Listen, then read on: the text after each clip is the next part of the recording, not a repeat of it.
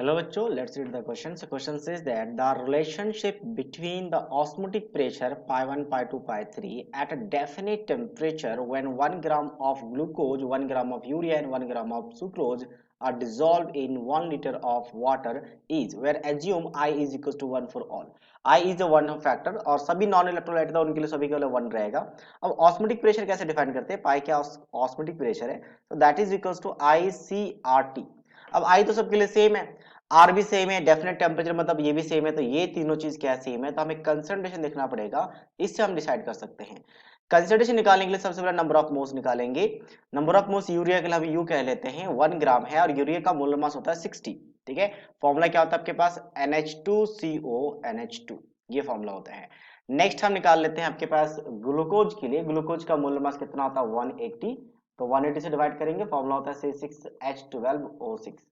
Next हम बात करते हैं आपके पास सुक्रोज के लिए, एस मान लेते हैं, तो सुक्रोज का मोलर मास होता है 342 ग्राम.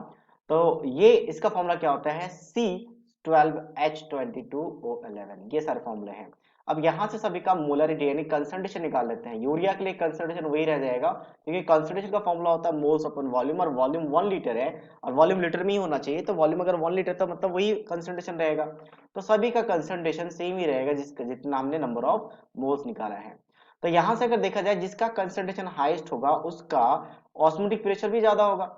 ठीक है, जिसका कंसंट्रेशन ज्यादा होगा उसका ऑस्मोटिक प्रेशर भी ज्यादा होगा, क्योंकि pi is equal to CRT है, कंसंट्रेशन पर डिपेंड करेगा. हम कह सकते हैं pi is directly proportional to the concentration.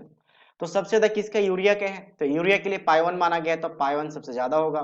फिर ग्लूकोज का तो पाई 2 हो जाएगा, और फिर सुक्रोज का दैट इज पाई 3. हम ये कह सकते हैं कि अगर सभी का मास सेम लिया जाए तो मोलर मास जिसका ज्यादा होगा उसका ऑस्मोटिक प्रेशर कम रहेगा. तो ऑप्शन की बात करें तो किस ऑप्शन के साथ मैच कर रहा है आपके पास, पहले 1 ग्राम आप, अच्छा थोड़ा सा मिस है यहाँ पे, पहले ग्लूकोज है बाद में यूरिया है. तो पहले ग्लूकोज मतलब ग्लूकोज को पाई, यहाँ पे पाई 1 मानना है और इसको पाई 2 मानना है, और ये आपका पाई 3 है. ठीक है, तो फिर थोड़ा सा ऑर्डर चेंज हो जाएगा क्योंकि मैंने जो ऑर्डर लिखा है उसके हिसाब से यूरिया को पाई 1 माना था, एक्चुअल में ये पाई 2, पाई 1 क्या हो जाएगा, सेकंड में आ जाएगा, पाई 1 सेकंड में और पाई 2 फर्स्ट में आ जाएगा. तो ये आपके पास करेक्ट सीरीज रहेगा. That means option C is the right answer of this question. So I hope you understood it well. All the best.